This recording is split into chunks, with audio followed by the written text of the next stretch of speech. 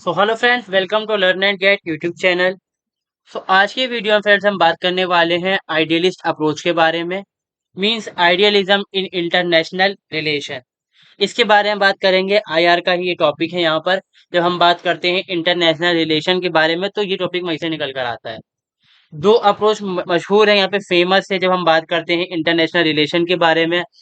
पहली तो हमारी आइडियलिस्ट की अप्रोच होती है, दूसरी होती है हमारी रियलिस्ट यहाँ पर। अब दोनों में डिफरेंस बताने से पहले मैं आपसे गुजारिश करूंगा कि चैनल को, अगर आपको वीडियो अच्छी लगे तो वीडियो को लाइक कर लेना, चैनल को सब्सक्राइब कर लेना, शेयर भी कर सकते हैं आप वीडियो को। और अगर कोई पॉइंट यहाँ पे मिस हो जाए या रह जाए बात को तो आप कमेंट सेक्शन में उसको पिन कर सकते हैं। तो स्टार्ट करते हैं यहाँ पर। देखिए, दो अप्रोचेस होती हैं इंटरनेशनल रिलेशन को स्टडी करने के लिए या उसका एनालिसिस करने के लिए यहाँ पर। पहली है रियलिस्ट। रियलिस्ट उस बारे में बात करती है जो असलियत है, जो चल रहा है और जिस तरह चलता चला आया है यहाँ पर। मगर जो आइडियलिस्ट अप्रोच होती है वो ये कहती है कि जो चलते चला आ रहा है वो अलग बात है, उसको नहीं देखते वो ये कहते हैं कि जो होना चाहिए वो ऐसा होना चाहिए। सो टू बी कहते हैं वो यहाँ पर, मतलब जो होगा वो अच्छा होना चाहिए यहाँ पर, इस तरह से होना चाहिए। मगर जो रियलिस्ट है वो बात करते हैं जो असलियत है भाई, वही चीज बात करते हैं इस बारे में। सो स्टार्ट करते हैं इस चीज को हम यहाँ पर। फर्स्ट ऑफ ऑल हम ये देखेंगे यहाँ पे कि मीनिंग क्या होती है आइडियलिज्म की। सो आइडियलिज्म यहाँ पर क्या है, इंटरनेशनल रिलेशन के अंदर फिलोसफिकल एंड पॉलिटिकल अप्रोच होती है, थ्योरी होती है यहाँ पर, पैराडियम होती है, बहुत सारे वर्ड यहाँ पे इस्तेमाल किए जाते हैं इस चीज के लिए। अब ये बात किस चीज के ऊपर करती है, ये एम्फेसिस करती है यहाँ पर इम्पोर्टेंस ऑफ मोरालिटी। मोरालिटी मतलब क्या होती है, जो नैतिकता होती है। जब हम बात करते हैं अपने व्यवहार के बारे में या फिर जो बिहेवियर, व्यवहार बिहेवियर की सॉरी एक चीज है यहाँ पर, या फिर हम बात करते हैं कोऑर्डिनेशन के बारे में यहाँ पर, सक्सेस के बारे में, जो ह्यूमन नेचर है, और हम कहते हैं कॉमन गुड के बारे में, जस्टिस के बारे में, वैल्यूज के बारे में बात करती है कि हर इंसान बराबर है यहाँ पर, या फिर जैसे हमने कहा ना हर इंसान बराबर है, उसी तरह से यहाँ पे बात करेंगे इंटरनेशनल रिलेशन के अंदर। हम कहेंगे हर देश बराबर है, हर देश के नागरिक बराबर हैं, सबके अधिकार बराबर हैं। नॉर्म्स है, कंडीशन है, उसके ऊपर बात करती हैं यहाँ पर। और ये कहते हैं कि यही सब चीजें जो होती हैं, मोरालिटीज हो, वैल्यूज हो, नॉर्म्स हो, ये हेल्प करती हैं स्टेट के बिहेवियर को बिल्डअप करने में, शेपिंग करने में यहाँ पर। और जो दूसरे सच एक्टर्स होते हैं इंटरनेशनल रिलेशन, हमने कहा इंटरनेशनल ऑर्गेनाइजेशंस होती हैं, रीजनल ऑर्गेनाइजेशन यहाँ पर होती हैं, जैसे यूनाइटेड नेशन है, सार्क है हमारी, ठीक है, यू है यहाँ पर। तो ये सबके बिहेवियर को शेप करने में हेल्प करती है आइडियलिज्म के अकॉर्डिंग, यहाँ पर ये बताते हैं इस बारे में। सो आइडियलिस्ट यहाँ पे बिलीव किस चीज के अंदर करते हैं, ये कहते हैं कि इंटरनेशनल जो रिलेशन है उनको गाइड करना चाहिए हमें यहाँ पर। वो गाइडेड होने चाहिए किस तरह से, यहाँ पर एथिकल प्रिंसिपल, वही जो मोरालिटी है यहाँ पर, कि सब इंसान बराबर हों, सबका हक मिले, यहाँ पे अधिकार वाला जो भी चीजें वहाँ पे होती हैं वो चीज बारे में बात करते हैं। किस चीज के लिए करना होता है यहाँ पर, कॉमन गुड के लिए। ये जो हम एथिकल प्रिंसिपल इस्तेमाल करते हैं कॉमन गुड के लिए करते हैं, क्योंकि हमने कहा ना कि हर इंसान बराबर है तो उसका अधिकार ही बराबर है। तो सबको फायदा मिले यहाँ पर, सबके लिए बराबरी हो, सबके लिए समान, यहाँ पे समानता पाई जाए इसके अंदर स्टेट में। इंटरनेशनल रिलेशन जो है यहाँ पर, वहीं पर इसमें कहा गया कि rather than by the pursuit of self interest and power. ये जो अप्रोच है ये आइडियलिस्ट की है। वो कहते हैं, सॉरी जो रियलिस्ट है उनकी है, वो कहते हैं कि भाई अपना फायदा हो, अपनी पावर बढ़नी चाहिए यहाँ पर। मगर जो आइडियलिज्म की अप्रोच है वो ये कहती है कि पावर जो है यहाँ पर, या फिर वॉर जो है, कि ये चीज का सॉल्यूशन नहीं है। वो एक फैक्टर हो सकता है मगर वो मेन फैक्टर नहीं है यहाँ पर। तो बात हम कर रहे हैं यहाँ पर, जो आइडियलिज्म है वो ये कहता है कि मोरालिटी से बात क्या पे कहता है कि भाई जो मोरालिटी है यहाँ पर, उसके जरिए क्या होता है, कॉपरेशन करना चाहिए हमें। कोई कॉन्फ्लिक्ट हो जाता है कि इस चीज को लेकर विवाद हो जाता है दो देशों के बीच में, जब हम देखते हैं जो नदी के पानी का बंटवारा होता है फिर विवाद हो जाता है अक्सर यहाँ पर। बॉर्डर डिस्प्यूट हो जाते हैं बहुत बार यहाँ पर, किसी चीज को लेकर लड़ाई हो जाती है यहाँ पे, मतलब बहसबाजी चलती रहती है देशों के बीच। तो हम डिप्लोमेसी का इस्तेमाल करें, बेंच पे बैठे, मतलब यहाँ पे कुर्सी ला के अपनी मसनत लगाएं भाई, आप एक साइड बैठ जाए, सामने बैठ जाए, और हम तय कर लें भाई ऐसे ऐसे बिंदु पे हम बात करने वाले हैं। आपकी ये कंडीशन है, आपको ये मिलेगा, आपको हमको ये मिल जाएगा यहाँ पर। तो पीसफुल जो हम कॉन्फ्लिक्ट कह रहे हैं उसके बारे में ये बात करता है कि रिजोल्व किया जाए उनको यहाँ पर। फिर कहता है वर्क टुगेदर। ठीक है। अब जो यही चीज है ना, वर्क टुगेदर, ये चीज मुश्किल हो जाती है यहाँ पे असलियत में, अगर बात करें तो हम, क्योंकि रियलिस्ट यही कहते हैं कि सब कोई मिलकर काम नहीं कर सकता, हर कोई अपने फायदे के लिए काम करता है यहाँ पर। मगर जो आइडियलिस्ट है वो ये कहते हैं कि भाई ऐसा स्टेट को जो है करना चाहिए यहाँ पर। इससे क्या होगा, हम एक just and peaceful world order create करेंगे। जस्ट का मतलब यहाँ पे क्या है, जस्टिस वाला, कि जिसके अंदर सबको बराबरी मिल जाए, सबको उसके अधिकार मिले, किसी के अधिकार छीने न जाए, ना हनन हो उनका यहाँ पर। सो ये चीज हमने देखी, इसके अलावा भी बहुत सारी चीजें भी हम डिस्कस करेंगे इसके अंदर। तो ये बात करने का देखने को मिल रहा है हमें यहाँ पर कि जो आइडियलिज्म है ये बात कर रहा है ह्यूमन जो डिग्निटी है ह्यूमन की और इनहेरेंट वैल्यूज जो होती हैं यहाँ पर।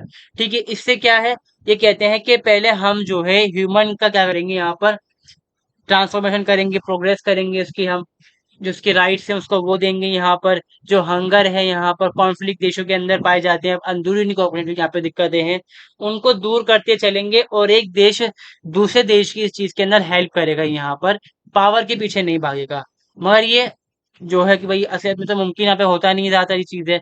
सो ये रिजेक्ट कर डालते हैं यहाँ पर idea of power and violence, कि वायलेंस का पावर का इस्तेमाल करेंगे वो हम नहीं कर सकते बिल्कुल भी।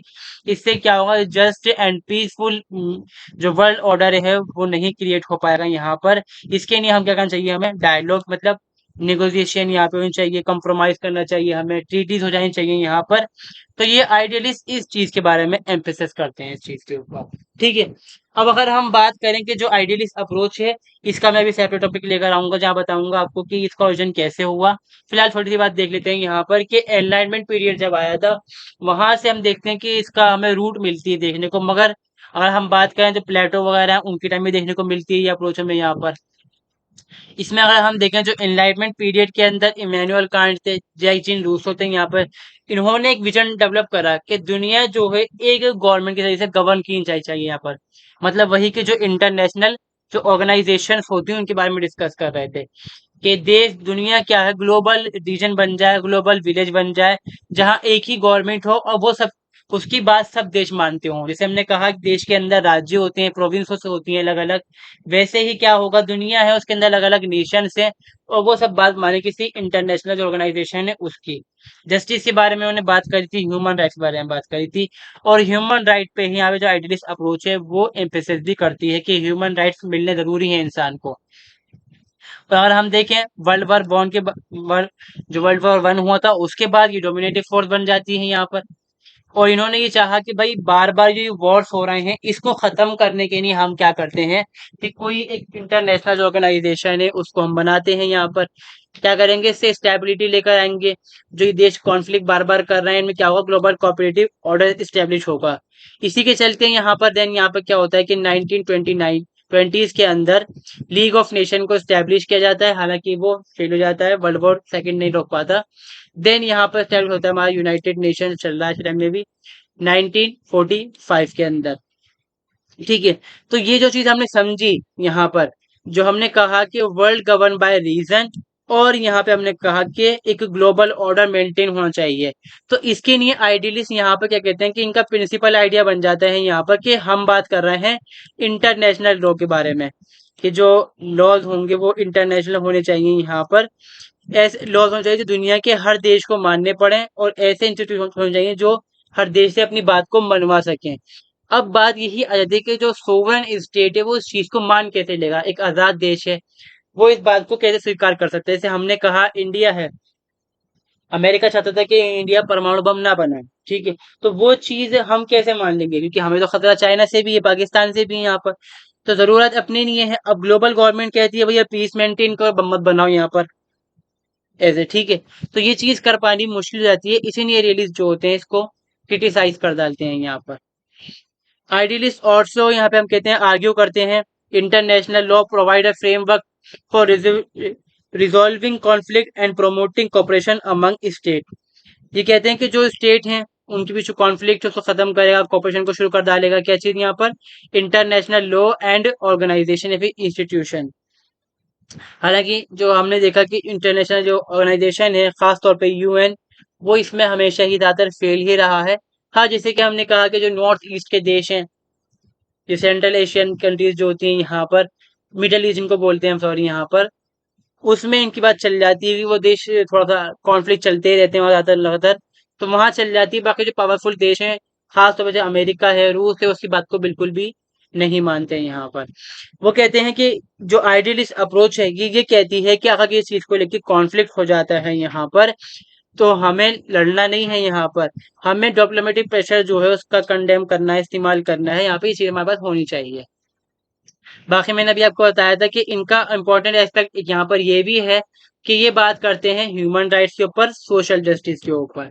इंटरनेशनल जो रिलेशन है उसके अंदर आइडियलिस्ट ये अप्रोच कहते हैं कि हमें दुनिया के अंदर से जो गरीबी है, भूखमरी है, बेरोजगारी है, उसे खत्म करना चाहिए, देशों को डेवलप करना चाहिए, तो सब मिलकर काम करेंगे। जैसे इंडिया ने हेल्प कर दी पाकिस्तान की, पाकिस्तान ने हेल्प कर दी इंडिया की। तो ये तो मुमकिन होता नहीं है, मगर ये इस तरह की बात को करते हैं आइडियलिस्ट यहाँ पर। अभी कहते हैं कि स्टेट की रिस्पॉन्सिबिलिटी है यहाँ पर कि वो राइट्स को, लोग जो है इसको क्या करेगा, प्रोटेक्ट करेगा यहाँ पर। और जो दूसरी कंट्रीज है उनका भी यही राइट अधिकार, मतलब हक, फर्ज बनता है यहाँ पर कि अगर कभी वॉर हो जाती है तो जो नॉन जो मतलब नागरिक हैं यहाँ पर, उनको ना कुछ किया जाए यहाँ पर।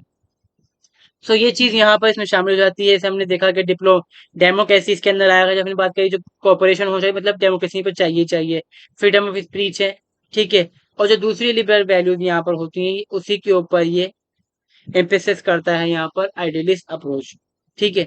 और इसमें क्या कहते हैं यहाँ पर, to promote the promote use meditation mediation and other form of third party intervention to resolve dispute.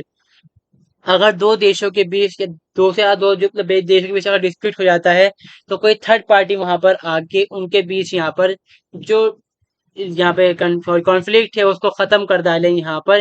अगर वो नहीं मानते, जैसे कि रूस का और जो यूक्रेन है वॉर चल रहा है, रूस नहीं रुक रहा वहां पर, जो दुनिया का मानना है यहाँ पर यही है, ठीक है। तो इसके लिए हम क्या करेंगे, यहाँ पे इकोनॉमिक सैंक्शन लगा देंगे उसके ऊपर। और दूसरी जो पावर्स हैं, ज़्यादातर वो इकोनॉमिक पावर्स यहाँ पर होती हैं, उसका हम इस्तेमाल करेंगे। जैसे कि हम डिप्लोमेटिक रिलेशन खत्म कर डालेंगे, जो अपनी एम्बेसी को बंद कर डालेंगे वहां से। सो ये सब चीजें यहाँ पर होंगी, ये इसका मीनिंग निकल के आता है, जो पूरा का मीनिंग बताया मैंने आपको अभी। दूसरा हम यहाँ पे देखते हैं कि इसकी जो क्रिटिसिज्म किया जाता है वो इस बेस पे किया जाता है, खास पे जो रियलिस्ट है वो करते हैं और मार्क्सिस्ट भी करते हैं, और बहुत सारे इसके अंदर कमियां हैं तो कर जाती है इसकी। वो कहते हैं कि ये नाइव है, एक तरह से अनरियलिस्टिक यहाँ पर है, कि मतलब एक ख्वाहिश दुनिया हम बनाने की बात कर रहे हैं जो कि कभी मुश्किल नहीं है यहाँ पर। और एक सोवरन देश किसी देश दूसरी संस्था की बात को मानेगा ही क्यों यहाँ पर। एक यहाँ पे हमारे थिंकर्स हैं, बेर्नार्ड रोसेल, वो कहते हैं इस बारे में, a world full of human happiness is beyond human power to achieve. मतलब क्या है कि हमने कहा कि दुनिया में हर जगह खुशी हो, हर जगह अच्छी हालत हो, दुनिया के अंदर सबको बराबरी मिल जाए, ये इंसान पर ताकत इतनी है ही नहीं कि वो उस चीज को हासिल कर सके। ये इसलिए यहाँ पे क्या कर रहे हैं, क्रिटिसाइज कर रहे हैं इस चीज को। देन हम देखते हैं यहाँ पे, for the idealist politics is a art of for the good government and not a art of possible. इन्होंने ये कहा कि आइडियलिस्ट ही कहते हैं कि भाई पॉलिटिक्स यहाँ पे क्या है कि गुड गवर्नमेंट होनी चाहिए यहाँ पर, मगर जो असलियत है वो तो नहीं है यहाँ पर फिर भी इस चीज को। इस बारे में कहते हैं, हमारे politics provide for the good life and expect respect the his respect of he fellow humans both diplomatically and internationally, Couloumbis and Wolfe बारे में कहते हैं ये चीज। ठीक है, अब बात करते हैं हम यहाँ पर जो क्रिटिसिज्म किया जाता है इसके बारे में। देख, क्रिटिसिज्म जो मेनली किया जाता है, जो रियलिस्ट अप्रोच है वही इसकी क्रिटिसिज्म सबसे ज्यादा करती है इसके अंदर। तो पहला पॉइंट यहाँ पर हम बात करेंगे, लैक ऑफ रियलिज्म या रियलिस्ट, ठीक है। हमें बात रियलिटी में बोल सकते हैं हम यहाँ पर कि जो आइडियलिस्ट अप्रोच है यहाँ पर, वो ये चीज भूल जाती है कि असलियत है ही क्या दुनिया के अंदर आखिर। वो सिर्फ एक यूटोपिया क्रिएट करने की कोशिश करते हैं, यहाँ पे दुनिया ऐसी ऐसी होगी भैया, सब जो गरीबी है दुनिया से बिल्कुल गायब कर डालेंगे, सब इंसान बराबर हो जाएंगे, जो कि मुमकिन नहीं हो पाता बिल्कुल भी, कितना भी आप कर लो वो मुमकिन नहीं है यहाँ पर, ठीक है। अब रियलिस्ट यहाँ पे ये कहता है कि देखिए, state are motivated primary by their own security and survival and will often pursue their interest at the expenses of other state और the international community as whole. इसका मतलब यहाँ पर ये है कि एक देश जो है अपने बारे में सोचता है, भाई मेरी सिक्योरिटी होनी चाहिए, सीधी बात है। मैं मतलब दुनिया के अंदर जिंदा रहूं, मतलब देश जो हमारा कायम रहे, ठीक है। तो इसके लिए क्या करता है वो, यहाँ पर अपने स्वार्थ को पूरा करने के लिए जो दूसरे देश है, खुद तो करता ही करता है, मतलब खर्चा भी करेगा अपना पैसा, अपनी जो आर्मी है उसका भी बढ़ाएगा यहाँ पर, और लोग भी मरेंगे उसके अंदर बहुत सारे, उस चक्कर के चक्कर मतलब हथियार में लड़ाई हो जाती है तो यहाँ पर। तो जो दूसरे देश हैं उनको भुगतना पड़ता है इस चक्कर को। मान लीजिए जैसे चाइना को हम देखते हैं, चाइना पावरफुल होता रहता है बार बार, इंडिया से है पावरफुल होता है इंडिया से।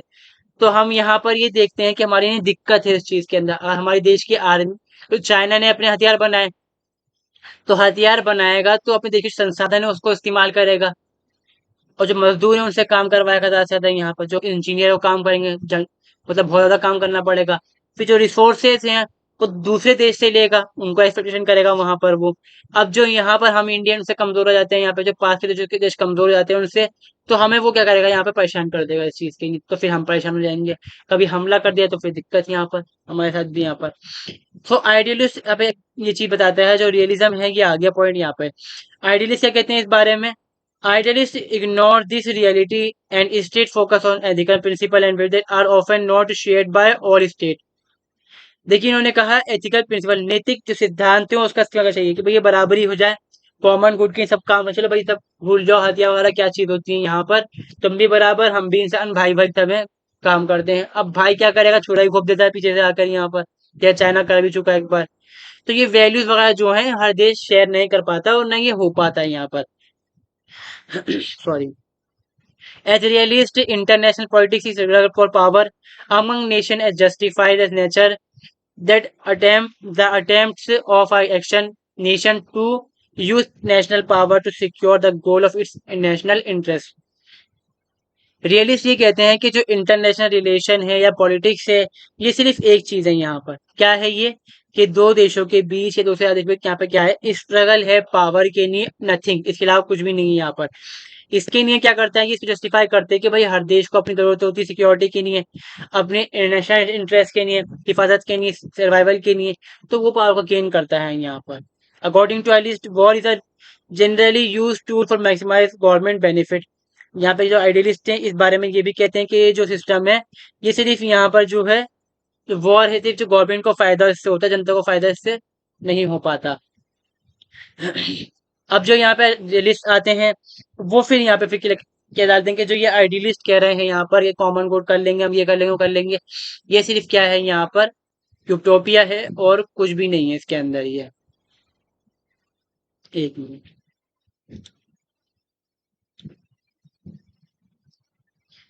ठीक है, अब आता है idealist stand for improving the course of international relation by eliminating war, hunger, inequality, tyranny, force, separation and violence from international relation. जो आइडियलिस्ट हैं वो ये कहते हैं कि हमें देशों के जो रिलेशन है वो कैसे हम खत्म करते हैं कि वॉर ना हो, और ये हम करते भी हैं। कुछ जो दुनिया है आज के टाइम में हम देखते हैं तो कुछ पॉइंट हम जो आइडियलिस्ट अप्रोच है उसके मानते हैं, कुछ पॉइंट हम मानते हैं यहाँ पे जो हमारी जो रियलिस्ट अप्रोच है उसके पॉइंट को। तो आइडियलिस्ट ये कह रहे हैं कि हम वॉर को खत्म कर डालते हैं, जो गरीबी है उसको खत्म कर डालते हैं, जो अनइक्वालिटी उसको खत्म कर डालते हैं, सेपरेशन है, ट्रेनाई है, फोर्स है, वॉलिस है, सब खत्म कर डालते हैं। इससे क्या होगा, सब कुछ अपने आप ठीक हो जाएगा यहाँ पर। तो आइडियलिस्ट यहाँ पर यही चीज को एक्सेप्ट कर रहे हैं कि हम world free from these evil, जो बुराइयां हैं इनको खत्म कर डालेंगे रीजन के जरिए से, साइंस के जरिए से, और जो एजुकेशन है उसके जरिए से। मगर जो आइडियलिस्ट हैं वो इस चीज को नहीं मानते। वो कहते हैं realist today often criticise the intellectual descendant of interwar idealist those. Example है इसमें educating global governance, cosmopolitan democracy, and much greater power to UN for UN और much same ground। ये इसका क्रिटिसाइज इस बात के ऊपर करते हैं ग्लोबल गवर्नमेंट नहीं होती दुनिया के अंदर, कॉस्मोपॉलिटिकल जो हमने कहा कि गॉड डेमोक्रेसी है वो स्टैब्लिश कर पा रहा मुश्किल दुनिया के नहीं है, और जो यूएन है उसको हम ज्यादा पावर और नहीं दे सकते, ये जो रियलिस्टिक का कहना है यहाँ पर। ठीक है, अब बाद में इसके अंदर वही चीज मैंने समझाई है आपको कि भाई first step to preventing warfare, ये जो आइडियलिस्ट हैं कहते हैं कि भाई हम डिप्लोमेसी का इस्तेमाल कर लेते हैं यहाँ पर, जो गवर्नमेंट के बीच में होती है यहाँ पर। ठीक है, आइडियलिस्ट कहते हैं propose government should use treaty that provide collective and material tool with broad participation other than bilateral treaties, security precaution including global tools and limited purpose. मतलब इन्होंने यहाँ पर ये कहा कि जो आइडियलिस्ट हैं कि हम क्या करते हैं, ट्रीटीज का इस्तेमाल करते हैं, इससे क्या हो, कलेक्टिव टूल है, और यहाँ पर हम एक देश के साथ ये ट्रीटी नहीं करेंगे, कई देश मिलकर ट्रीटी कर लेते हैं इस चीज की लेकर, जिससे क्या होगा यहाँ पर सबका फायदा यहाँ पे निकल जाएगा। बायलैटरल नहीं करेंगे हम, इससे क्या है, बायलैटरल कर लिया तो देश तो फायदे में रहेगा, जो बाकी देशों का क्या होगा यहाँ पर। मगर यहाँ पर ये यही चीज भूल जाते हैं कि ये कर पाना मुमकिन नहीं है, कोई दूसरा देश ट्रीटी क्यों करेगा आपके साथ इस चीज को लेकर? रियलिस्ट से war can not be prevent with the collective security precaution because government defend acting with collective move is like zero sum game. Realist कहते हैं कि भाई हम वॉर को नहीं रोक सकते अगर हम कलेक्टिव सिक्योरिटी प्रिकॉशंस भी ले लें, जैसे कि वर्ल्ड वॉर सेकेंड के अंदर, वर्ल्ड वन के अंदर हुआ भी था ऐसा का, बिल्कुल ये चीज हुई थी वहां पर। कितने ही प्रिकॉशंस लिए गए थे यहाँ पे, वॉर खत्म नहीं कर पाए थे यहाँ पर। तो गवर्नमेंट जो है अपने हिसाब से काम करती है, अपने मर्जी से काम करती है यहाँ पर। Idealist emphasis bilateralization and say if trade is increased between nation, war will be prevent and all roads will be closed to war। अब इन्होंने कहा कि अगर दो देश में व्यापार बढ़ता है तो वॉर खत्म हो जाएगा, मतलब जो वॉर है वो नहीं होगा यहाँ पर। मगर अगर देखें आप, रूस और यूक्रेन जो है वो तो यहाँ पे क्या कहते हैं, सॉरी हम कहते हैं कि भाई वो तो ट्रेड करते थे यहाँ पर, फिर वॉर हो गया उनके अंदर। चाइना और जो इंडिया ट्रेड करते थे पहले भी, फिर वॉर हुआ यहाँ पर। तो ये कोई बात नहीं है यहाँ पर। रियलिस्ट इस बारे में कहते हैं दुनिया के अंदर क्या होता है कि हियरार्कियल ऑर्डर होता है। एक देश पावरफुल है, उससे कम है, उससे कम है, उससे कम है, ऐसे घटते चले जाते हैं यहाँ पर। ठीक है। तो जो इकोनॉमिक यहाँ पे हमने बात कहा हमने, एक हियरार्कियल ऑर्डिकल यहाँ पे इस तरह से है, दूसरा एक जो ऑर्डिकल ऑर्डर है वो यहाँ पर ये है कि दुनिया के अंदर किस चीज की इंपॉर्टेंस है, किस एस्पेक्ट की इंपॉर्टेंस है, वो यहाँ पर है पावर, शक्ति, हथियार, पैसा।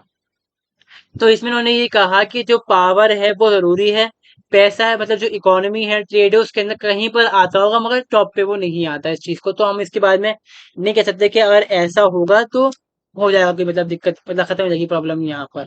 दूसरा हमारा यहाँ पर पूरा करते हैं conclude. Ideally believe they can regulate international politics with the help of cooperation in global international institute, international law and demilitarisation treaties rather than understand relative और पॉलिटिकल बिटवीन नेशन। ये बिलीव करते हैं जो idealist है, भाई हम global political कर लेंगे यहाँ पर, पॉलिटिक्स कर लेंगे, मतलब यहाँ पर गवर्नेंस मतलब इंस्टीट्यूशन बना लेंगे, दुनिया के तो बना लेंगे यहाँ पर। इंटरनेशनल जो लॉज है उनको बना लेंगे और काम बन जाएगा, ट्रीटी वाला कर लेंगे, जो आर्मी है उसको खत्म कर देंगे, मतलब कम कर डालेंगे उनको। मगर जो रियलिटी उसको नहीं मानते यहाँ पर।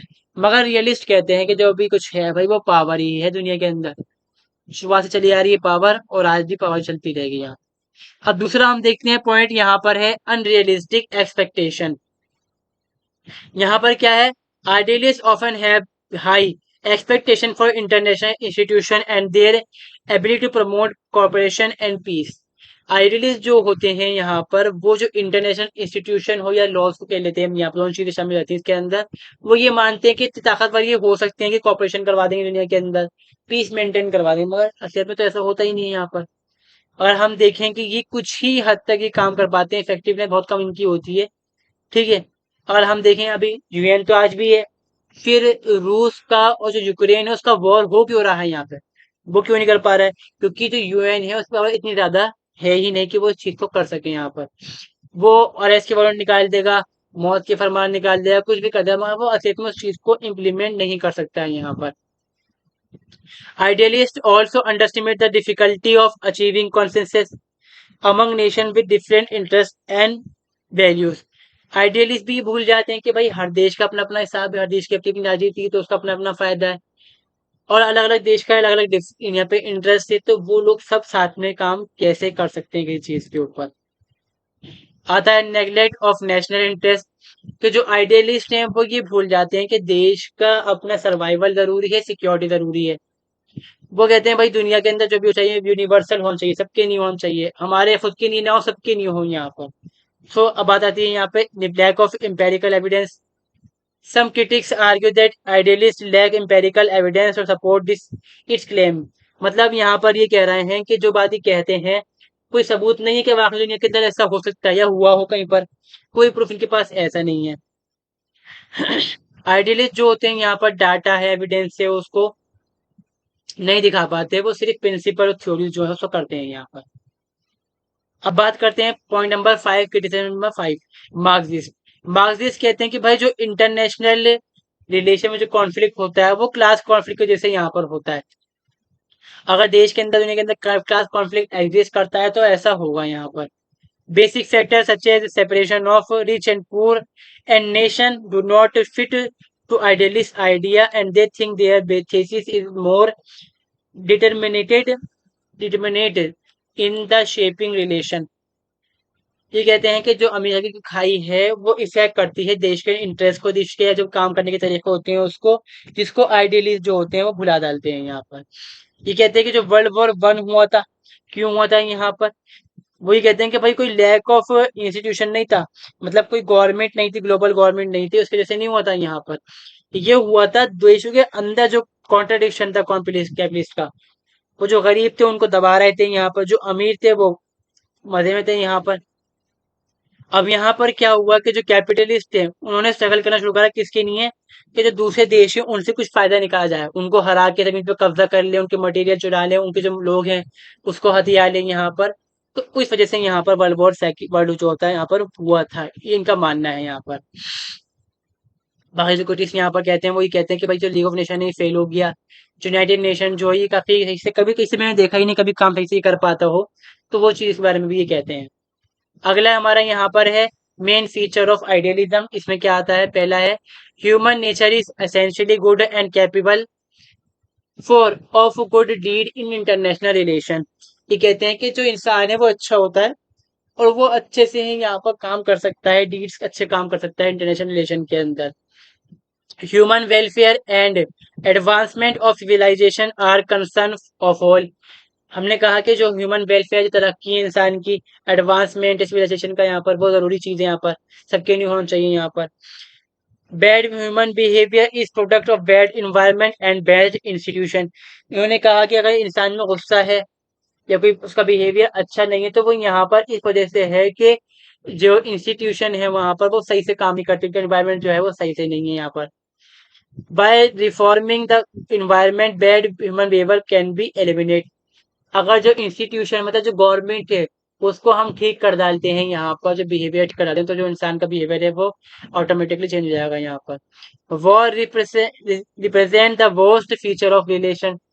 ये कहते हैं कि जो वॉर है, तो दो देशों में जो रिलेशन होते हैं उसका बदतरीन रूप दिखाई देता है इसके अंदर।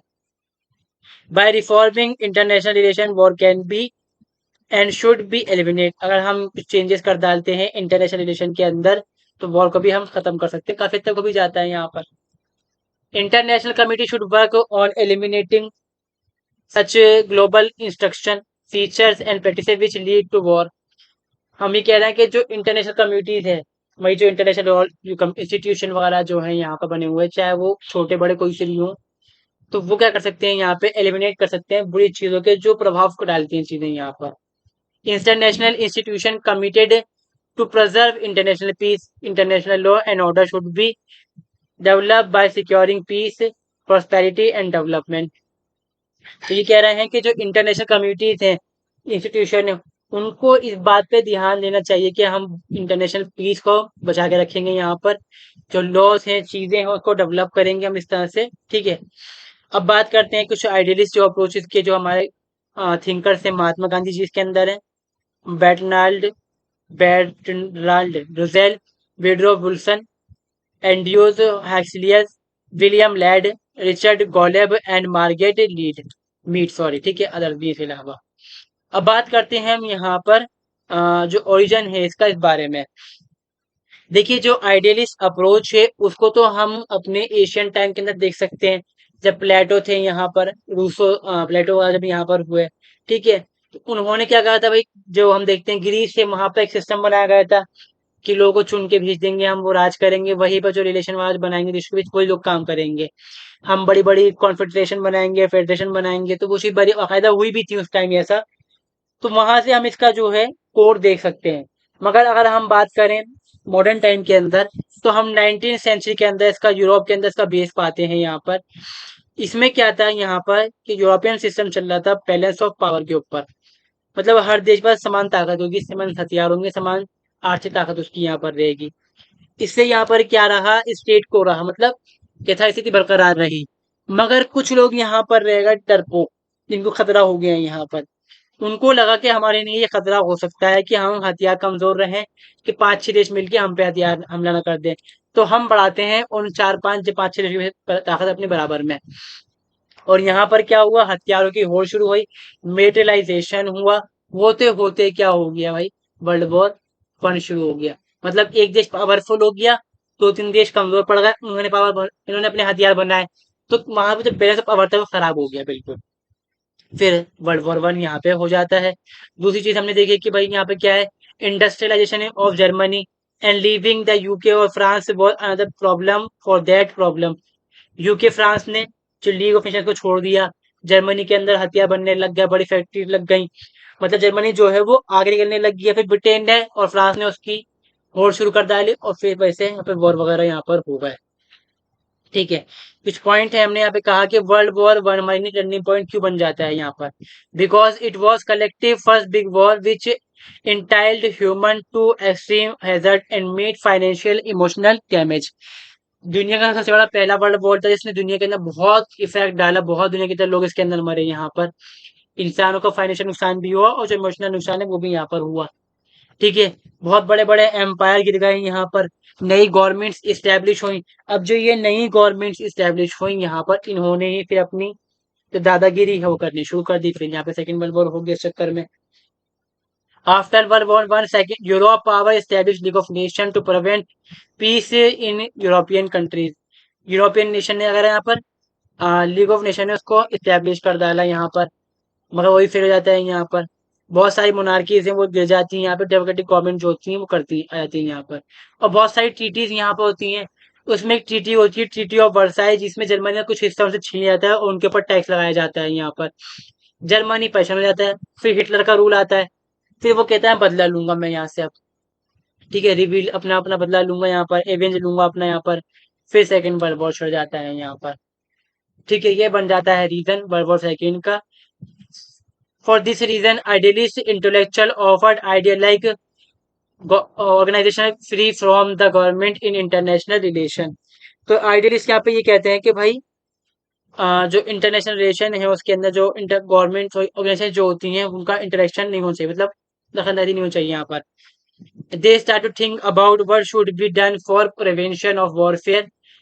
तो सोचते हैं कि भाई अब क्या करें कि वॉर ना हो यहाँ पर। 1920 से लेकर 1930 में क्या क्या करते हैं, यहाँ पे बहुत सारे आइडिया निकल के यहाँ पर आते हैं कि हम जो वॉर्स हैं वो क्यों होते हैं और वॉर्स को हम क्यों रोक सकते हैं यहाँ पर।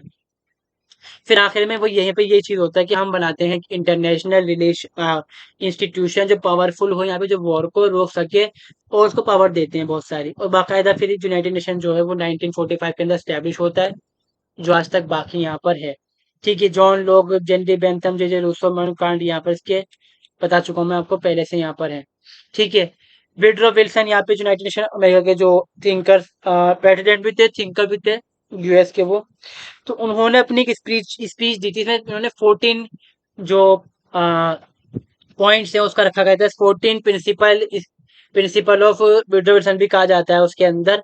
तो इन्होंने यहाँ बताया था कि दुनिया को हम किस तरह से बिल्डअप कर सकते हैं, मतलब दुनिया के अंदर हम किस तरह से पीस इस्टेब्लिश कर सकते हैं। मगर रियली इस चीज को क्रिटिसाइज करते हैं विड्रो विल्सन को कि उन्होंने इस चीज को करा तो सही, मगर उन्होंने ये कहा कि ये चीजें जो है अमेरिका करेगा यहाँ पर, बाकी दुनिया कुछ नहीं कर सकती, अमेरिका के जरिए से काम यहाँ पर होगा। ठीक है, हम ये पाते हैं कि जो विड्रो विल्सन है अच्छे इंसान थे, मोरालिटी चाहते थे दुनिया के अंदर, जहां पर कोई अच्छा काम करे तो उसको रिवार्ड मिल जाए, बुराई करे तो उसको पनिशमेंट मिल जाए, सैंक्शन ठोक दो उसके ऊपर यहाँ पर।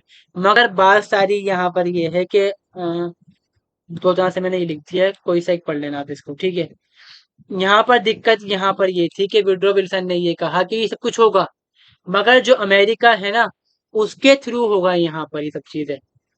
ठीक है, although he interpreted international law with such a delicate ethical framework, Woodrow Wilson remained remarkable incentive to the new and changing social forces and conditions of 20th century। इन्होंने लॉस का पे सिस्टम दिया बनाकर, में एथिकल फ्रेमवर्क दिया, सबकी बराबरी इसके अंदर होनी चाहिए यहाँ पर। मगर इन्होंने फिर भी ध्यान रखा कि जो चीजें जो दुनिया में चल रही हैं उसको ध्यान रखा जाए कि हाँ दुनिया के अंदर रियलिटी क्या चीज है यहाँ पर। मगर इनसे यहाँ पर क्या हुआ गलती, जो लेडीज इनके बारे में कहते हैं कि इन्होंने दुनिया को ये मान दुनिया बहुत अच्छी है, मगर दुनिया क्या है यहाँ पर बुरी है, और हर कोई चाहता है अपना फायदा निकालना यहाँ पर। ठीक है, मगर यहाँ पर फिर भी वही चीज है कि जो विड्रो विल्सन है उन्होंने एक चीज है, थ्योरी जो है यहाँ पर वो निकाल दी, लाकर बना के शामिल कर दी। अब विल्सन का व्यू यहाँ पर इस चीज को लेकर ये था कि विल्सन चाहते थे कि दुनिया के अंदर क्या है, इंसान की भलाई के लिए हम काम करें, वेलफेयर ऑफ ह्यूमन काइंड होना चाहिए यहाँ पर। तो इसी को ध्यान में रखे उन्होंने अपने प्रिंसिपल बनाए थे, अपनी बात उन्होंने रखी थी यहाँ पर। मगर हुआ क्या है भाई, यहाँ पर तो इनके खुद के देश के लोगों ने इनका साथ नहीं दिया। ठीक है, इन्होंने कहा कि दुनिया के अंदर हम सेफ डेमोक्रेसी बनाएंगे यहाँ पर। ठीक है, पॉलिटिकल हो, इकोनॉमिकल हो, सोशल हो, सब जगह जस्टिस होगा यहाँ पर। वहाँ कुछ भी नहीं हुआ यहाँ पर, मगर हाँ ये है कि जो लीग ऑफ नेशन है वो बन गया था, मगर अमेरिका उसके अंदर पार्टिसिपेट नहीं कर पाया था, क्योंकि अमेरिकन को ये था कि हम तो यूरोपियंस हैं, उनके साथ जाके क्यों शामिल हो जाएं। यूरोपियंस मर रहे हैं तो मरते रहे, हम अपना देखेंगे ना यहाँ पर। अब इनके जो इंस्टीट्यूशन है, इनकी जो सीनेट थी उसने परमिशन दी नहीं इस चीज को लेकर, भाई हम परमिशन नहीं देते आप शामिल हो उसके अंदर। तो चाहे जो विल्सन है उनके जो आइडियाज हैं वो आइडियाज के आइडियाज रहे यहाँ पर, मगर वो इम्प्लीमेंट बाद में भी काफी हद तक हुए। हमने देखा कि जो लीग ऑफ नेशन बन पाया था। दूसरा यहाँ पर ये था कि यूनाइटेड नेशन जो देखने को मिलता है हमें, उनके आइडिया से ही वो बन के निकल कर आया है, और उनका ही आइडिया था कि उसका जो उसकी पावर है उसको बढ़ाया जाए यहाँ पर। मगर वही चीज थी यहाँ पर कि थ्रू जो यूनाइटेड जो नेशन जो भी हम चीज करेंगे वो यूनाइटेड स्टेट अमेरिका है उसके हिसाब से करेंगे यहाँ पर। ठीक है, इनका जो प्रोजेक्ट है हालांकि फेल रहा, ये चीज बता दी है मैंने आपको। ठीक है, तो यही चीज यहाँ पर है। और बाकी चीज तो यहाँ पर यही कि जो यूएसए, सोवियत यूनियन जो पावरफुल देश थे उसके अंदर शामिल नहीं हुए। ब्रिटेन और फ्रांस उसके अंदर शामिल थे, बाकी थे वो उन्हीं के बन के रह गए, छोटे मोटे देश के अंदर यूरोप के और भी शामिल थे। तो ये वीडियो हमारी कंप्लीट होती है आइडियलिज्म के बारे में। अगर वीडियो अच्छी लगी तो वीडियो प्लीज लाइक करिएगा, शेयर करिएगा, सब्सक्राइब करिएगा। मिलते हैं कि दूसरी वीडियो में। Thanks for watching, have a nice day, see you soon.